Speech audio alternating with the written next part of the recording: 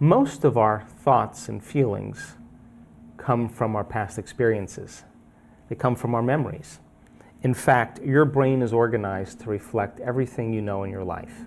Your brain is a record of all the things you've learned and experienced to date. It's an artifact. And when you have an experience, when you're in the midst of an experience, all of your 5 senses plug you into the external environment. And as your brain is processing all of this vital sensory data, all of that information rushes back to the brain. And when it reaches the brain, it causes jungles of neurons to organize themselves into networks, to string into patterns, to reflect their interaction with their external environment. The moment those neurons organize into patterns, the brain makes a chemical, and that chemical is called a feeling or an emotion. And so experiences tend to create more long-term memories because it patterns or stamps or embosses networks of neurons into very specific patterns, and then the emotional quotient helps us to remember the event. The end product of experience, of course, is the emotion, and it causes us to feel certain ways. You can remember where you were on 9/11. You can tell me who you were with, what time of day it was, what you were doing, because whatever you were seeing in that moment or hearing in that moment changed how you were feeling. And the moment you felt altered or you felt differently, significantly, your brain perked up and you paid attention to whatever caused that. And that event in and of itself is called a memory. So then most of our thoughts and feelings tend to be within the neural circuitry of the past and the emotions of the past chemically. If you combine a thought and a feeling, a thought and a feeling, a thought and a feeling, and you have a series of good thoughts that are connected to a series of good feelings, that cycle of thinking and feeling creates what's called an attitude. If you have a series of negative thoughts that are connected to some pretty bad feelings, you'll say you have a pretty bad attitude today. So if how you think and how you feel creates a state of being, then attitudes are just shortened states of being. You feel good in the morning, you feel bad in the afternoon. If you take an attitude, an attitude, an attitude, and you begin to string attitudes together, when you combine an attitude, an attitude, an attitude, you start to form what's called beliefs. Now, a belief is just a thought you keep thinking over and over again until you hardwire it in your brain. And because beliefs are based on past experiences, then the very boundaries of our beliefs are how we feel. And so when our beliefs get challenged, it typically doesn't feel right. I think there's a strong intellectual division going on in the world right now, because some people are holding on to old paradigms and old beliefs. And look, if we're measuring normal, we're going to get normal. I mean, for years, the idea that you couldn't grow new brain cells or couldn't change the brain in some way, that was a belief. And you know why? Because the scientist that was doing the experiment was studying rodents in an unchanging environment. How could there ever be any new connections or new circuitry or new brain cells if there's no new experiences? So I think in the age of information, in the age of technology, ignorance is a choice. And people are beginning to go, hey, I don't need my doctor to tell me about this. I can get on the internet and read it. Hey, I'm going to read a book on quantum physics and I'm going to ask the mysterious questions. I'm going to step outside of convention myself. So once you step outside of convention, you will be considered foolhardy or insane until you're able to produce some type of change. Then you're considered a saint, a holy man, a mystic, a genius. Dare to be original. So I think the camp is divided in a very big way. That's the reason why I'm doing all the measurements. Yeah. Because I want people to understand that the person that healed themselves of that condition, that traumatic brain injury, I want to show you that their brain is better. They're not just saying, I feel better. No, they are better. I want them to see that. Now, they didn't do that with a drug. They didn't do that with a therapy. They didn't do that with anything except by thought alone. And they made those biological changes.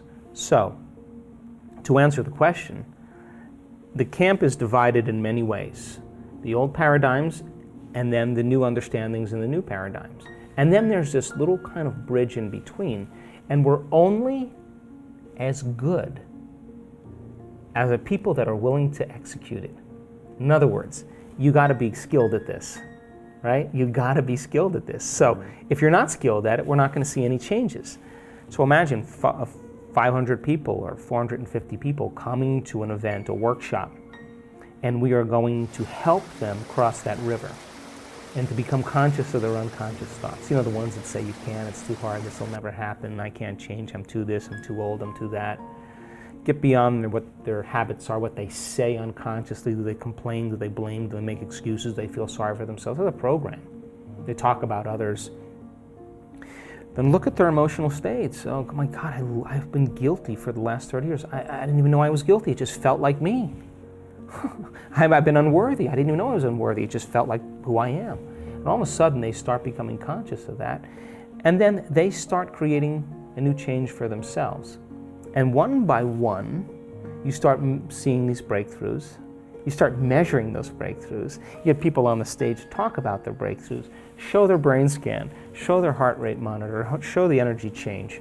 And I guarantee you, just like an infection can create a disease in a community, I believe that wellness can be as infectious as disease. And you start seeing dramatic changes happening in a small community of people who are outside of the conditioning of their environment.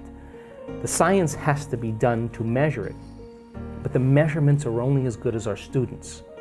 And if they're not doing the work, if they're not developing the ability to sustain brainwave states, if they're not getting beyond their analytical mind, because what separates the conscious mind from the subconscious mind is the analytical mind. And if a person doesn't get beyond their analytical mind, they'll still think within their belief. And I've measured enough brains to tell you is that when you think within your belief, or you think within those limited emotions, you are going to make your brain worse, without a doubt.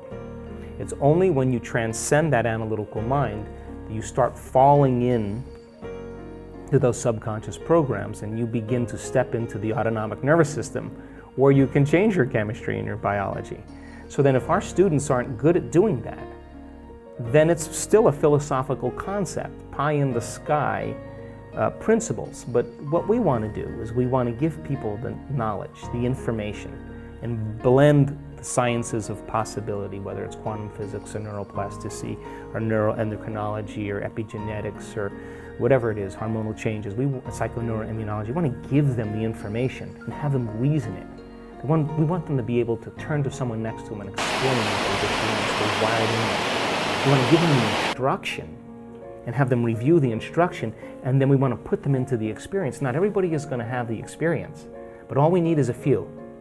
And if that person or a series of people have that experience, that transformation, and we measure that transformation, that's more information to teach transformation the next time, because I can understand what took place.